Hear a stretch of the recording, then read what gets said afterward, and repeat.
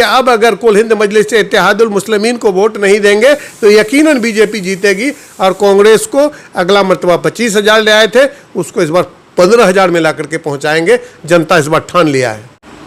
The message news में स्वागत है। मैं नवेद आलम। आज हमारे साथ बिहार के चर्चित विधायक MIM के विधायक कमरुल हुदा साहब हमारे साथ हैं और हम उसी से कई सवाल पूछेंगे क्योंकि हमारा तीसरी बार मुलाकात हो रही है।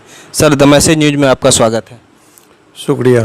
कई सवाल है मन में, इसलिए हम आज आपके पास आए हैं। सबसे पहला सवाल ये है कि 2019 उपचुनाव में आपका जीत हुआ, शानदार जीत हुआ। उस वक्त भी आपको बीजेपी का एजेंट लोग कहा और इस वक्त भी वही इल्ज़ाम लोग दोहराते नजर आ रहे हैं। क्या प्रतिक्रिया है इस पर आप? देखिए, जिन लोगों ने बीजेपी का एजेंट कहा, चाहे वो कांग्रेस के लोग हों या राजद के लोग हों, जिन लोगों ने कहा कि MIM बीजेपी का एजेंट है और ये वोट कटवा है, किशनगंज की जनता ने उसको जवाब दे दिया कि वोट कटवा मजलिस इत्तेहादुल मुस्लिमीन नहीं है बल्कि वोट कटवा कांग्रेस है। कांग्रेस को 25,000 में ला करके पहुंचा दिया और हम 72,000 वोट लेकर के आए और हम यहां से जीत हासिल किए। तो ये किशनगंज की जनता जवाब दे दिया। पहले इन लोगों का क्या काम था कि ये लोग 5 साल के बाद क्षेत्र में आते थे। क्षेत्र में आने के बाद लोगों को वही दोहराते थे कि अगर वोट नहीं दोगे तो बीजेपी जीत जाएगा। बीजेपी का डर दिखा करके, बीजेपी का भय दिखा करके इनको विकास से कोई मतलब नहीं है, मुद्दा से मतलब नहीं है, सीमांचल की बदहाली से मतलब नहीं है, किशनगंज का बदहाली से मतलब नहीं है। इन लोगों का एक मतलब है कि डर दिखाओ, डर दिखा करके वोट ले लो और फिर जा करके दिल्ली और पटना में जा करके बैठे रहो। 5 साल पूरा हो जाएगा, फिर जा करके वोट में मांगना है, जनता के बीच में जाना है, कोई विकास नहीं करना है, फिर वही डर दिखाना है। तो लोगों को समझ में आया कि हमको विकास चाहिए, विकास के मुद्दा पर हमें वोट देना है। तो इस बार लोगों ने जवाब दे दिया कि वोट कटवा कुल हिंद मजलिस इत्तेहादुल मुस्लिमीन नहीं है, वोट कटवा कांग्रेस के लोग हैं, जिनको यहाँ के जनता ने जवाब दे करके 25,000 में पहुँचा दिया। जो अपने इस सीट को विरासत समझता था, ये लोग समझता था कि ये मेरा विरासत है, ये मेरा खानदानी सीट है, हम जाएंगे खानदान के नाम पर, विरासत के नाम पर, राजीव गांधी के नाम पर, राहुल गांधी के नाम पर, सोनिया गांधी के नाम पर वोट ले लेंगे और बीजेपी का डर दिखा करके वोट ले लेंगे। किशनगंज की जनता अब समझ गई है कि पूरे देश के अंदर आज अगर कोई आवाज़ उठाने वाला है, कुल हिंद मजलिस इत्तेहादुल मुस्लिमीन के इकलौता शेर है बैरिस्टर असदुद्दीन ओवैसी। विधान जब लोकसभा में गरजते हैं तो पूरे देश के अक़लियतों, दलितों, महादलितों का सीना फख्र से चौड़ा हो जाता है। अब लोग इस बार कुछ नहीं सुनेंगे और कुल हिंद मजलिस इत्तेहादुल मुस्लिमीन को अगला बार से ज़्यादा वोट देकर के इस बार जिताएंगे। और इंशाअल्लाह इस बार मैं जब जीत करके गया था तो विधानसभा में जब मीडिया वालों ने मुझसे सवाल किया था तो मैं उन लोगों को यही जवाब दिया था कि आने वाला 2020 जो 2020 में चुनाव होगा, उस 2020 में हम कम से कम 20 सीट बिहार विधानसभा में जीत करके जाएंगे। और इंशाअल्लाह मैं अभी भी यही बात बोलता हूं कि इस बार हम लोग पूरा 243 सीट पर चुनाव लड़ेंगे और कम से कम 20 सीट जीत करके हम लोग बिहार विधानसभा में जाएंगे।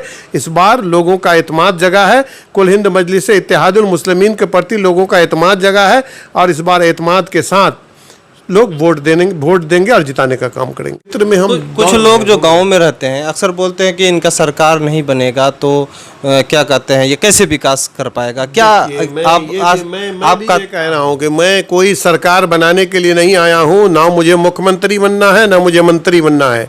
लेकिन इस सीमांचल से 20 आदमी इस बिहार के अंदर में 20 विधानसभा जीत करके जब सरकार में जाएंगे, जो सेकुलर का सरकार बनेगा उसके साथ मिल करके जब सरकार बनाएंगे तो इस सीमांचल का जो बदहाली है, बदहाली का लड़ाई हम लड़ेंगे और हमारा जो हक है, हम अपनी हक के लड़ाई को लड़ेंगे और उस हक की लड़ाई को हम मांग करके नहीं अगर मिलेगा तो हम छीन करके लेंगे। इस ताकत के साथ हम जाकर के विधानसभा पहुंचेंगे। हम जानते हैं कि हमें मुख्यमंत्री नहीं बनना है, हम जानते हैं कि हमें कोई मंत्री नहीं बनना है, लेकिन अपने हक का लड़ाई के लिए हम लड़ाई लड़ेंगे और जो हक हमें नहीं मिलेगा उसको हम छीन करके लेने का कोशिश करेंगे।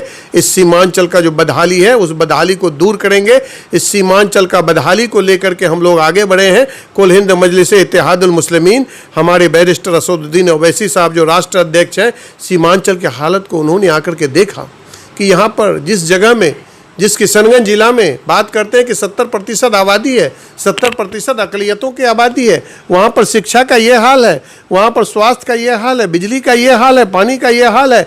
तो उन्होंने एक मिशन, एक आवाज़ दिया किशनगंज के अंदर में, इस जिला के अंदर में, इस सीमांचल के अंदर में।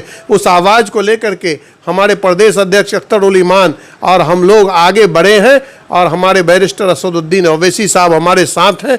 इंशाल्लाह इस बदहाली को हम लोग दूर करेंगे और बहुत जल्द यहाँ इस बदहाली दूर होगा और सीमांचल का खुशहाली होगा। अगला एक्शन प्लान आपका क्या है सर? दिल्ली ख्वाहिश क्या है कि किशनगंज विधानसभा में किस किस तरह का विकास होना चाहिए? देखिए, अगला एक्शन प्लान मेरा यही है कि किशनगंज विधानसभा में जो मेरा एक्शन प्लान है, जो छूटे हुए काम है, अब तक किशनगंज विधानसभा में मैं तो ये समझता हूँ कि काम ही नहीं हुआ। अगर पहले के विधायक हमारे और पहले के रहबर, पहले के नेता अगर क्षेत्र के अंदर में घूमते, क्षेत्र का भ्रमण करते, क्षेत्र के जाकर के लोगों की समस्या को जानते। अभी मैं क्षेत्र भ्रमण करने के दौरान में 87 ऐसे रोड हमको मिले जो 1 किलोमीटर, 1.5 किलोमीटर, 2 किलोमीटर तक रोड ऐसे ही पड़ा हुआ है जिसका कोई माँ बाप नहीं है।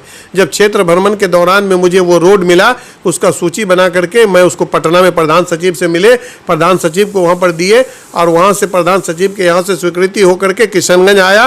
किशनगंज आ करके उसको आदेश हुआ कि ये सारे रोडों का एस्टिमेट बनाया जाए, एस्टिमेट बना करके इनको भेजा जाए। जब तक लॉकडाउन लग गया तो सारे क्षेत्र में हम कुछ लोग जो गांव में रहते हैं अक्सर बोलते हैं कि इनका सरकार नहीं बनेगा तो क्या कहते हैं, ये कैसे विकास कर पाएगा? क्या आपका कह रहा हूँ कि मैं कोई सरकार बनाने के लिए नहीं आया हूँ, ना मुझे मुख्यमंत्री बनना है, ना मुझे मंत्री बनना है।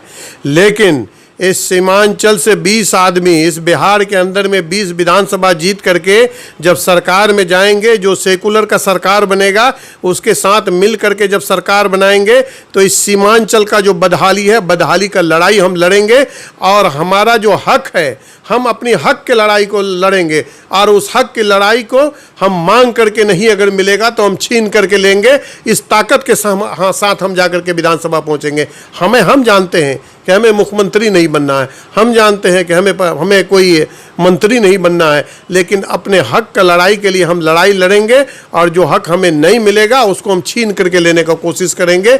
इस सीमांचल का जो बदहाली है उस बदहाली को दूर करेंगे। इस सीमांचल का बदहाली को लेकर के हम लोग आगे बढ़े हैं। कुल हिंद मजलिस इत्तेहादुल मुस्लिमीन, हमारे बैरिस्टर असदुद्दीन ओवैसी साहब जो राष्ट्र अध्यक्ष हैं, सीमांचल की हालत को उन्होंने आकर के देखा कि यहाँ पर जिस जगह में, जिस किशनगंज जिला में बात करते हैं कि 70% आबादी है, 70% अकलियतों की आबादी है, वहाँ पर शिक्षा का ये हाल है, वहाँ पर स्वास्थ्य का ये हाल है, बिजली का ये हाल है, पानी का ये हाल है।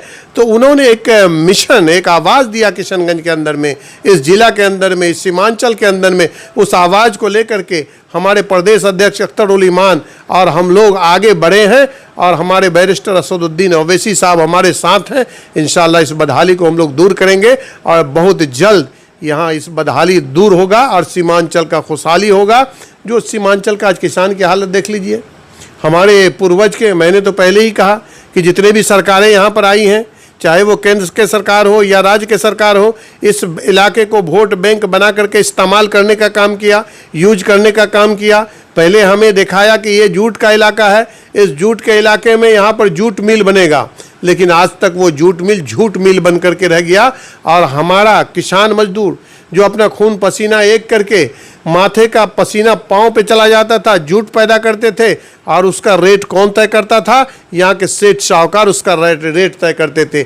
आज उस हालात को देख करके यहाँ पर जूट मिल नहीं बना। जब सही दाम उनको नहीं मिला तो अब मूव कर गए मक्का की तरफ। अब मक्का की तरफ से मूव कर गए हैं। अब मक्का का ये हालत है कि आज मक्का 1000 रुपया क्विंटल बेचने के लिए तैयार है। क्या कारण है? कारण यही है कि यहाँ पर कोई प्रोसेसिंग प्लांट नहीं है। यहाँ पर अनानास पैदा होता है, जो अनानास पैदा करके यहाँ पर 10 रुपया में किसान बेचने के लिए मजबूर हो जाता है। वही अनानास का कीमत यहाँ से दिल्ली, पंजाब, हरियाणा और आंध्र प्रदेश, वहाँ जाकर के वो अनानास 100 रुपया में बिकता है। अगर यहाँ पर अनानास का प्रोसेसिंग प्लांट हो जाएगा तो अनानास का कीमत किसान को सही मिलेगा। जो अनानास आज 10 रुपया में बेचने पर मजबूर है, वो अनानास 50 रुपया में किसान डायरेक्ट प्रोसेसिंग प्लांट में ले आकर के देंगे। हमारे यहाँ पर कोई सनत व हरकत नहीं है, हमारे यहाँ पर कोई प्रोसेसिंग प्लांट नहीं है, मक्का का प्रोसेसिंग प्लांट नहीं है, हमारा अनानास पैदा होता है, अनानास का प्रोसेसिंग प्लांट नहीं है।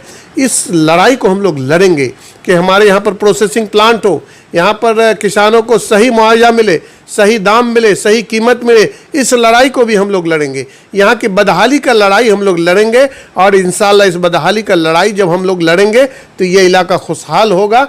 लोग अब जान गए हैं, लोग जान गए कि हमें विधायक किस तरह का चाहिए। वो विधायक नहीं चाहिए जो डरा करके वोट लेकर के जाकर के पटना में बैठे रहे। हमें वो विधायक चाहिए कि 12 बजे रात में भी अगर हम आवाज़ दें तो मेरे पास आकर के खड़ा हो। और इंशाअल्लाहुल अजीज वही काम आज हम लोग कर रहे हैं, जो पूरे इलाके में जाकर के लोगों के सामने में घूमते हैं, उनके दुख दर्द को बांटते हैं, उनके दुख दर्द में शामिल होते हैं, उनके परेशानियों में शामिल होते हैं, उनके परेशानियों को बदहाली को खुशहाली में बदलने के लिए हम लोग प्रयास कर रहे हैं। इंशाअल्लाह हमारा प्रयास सफल होगा और आगे बढ़ करके ये इलाका खुशहाल होगा, इतना हम पूरा उम्मीद करते हैं।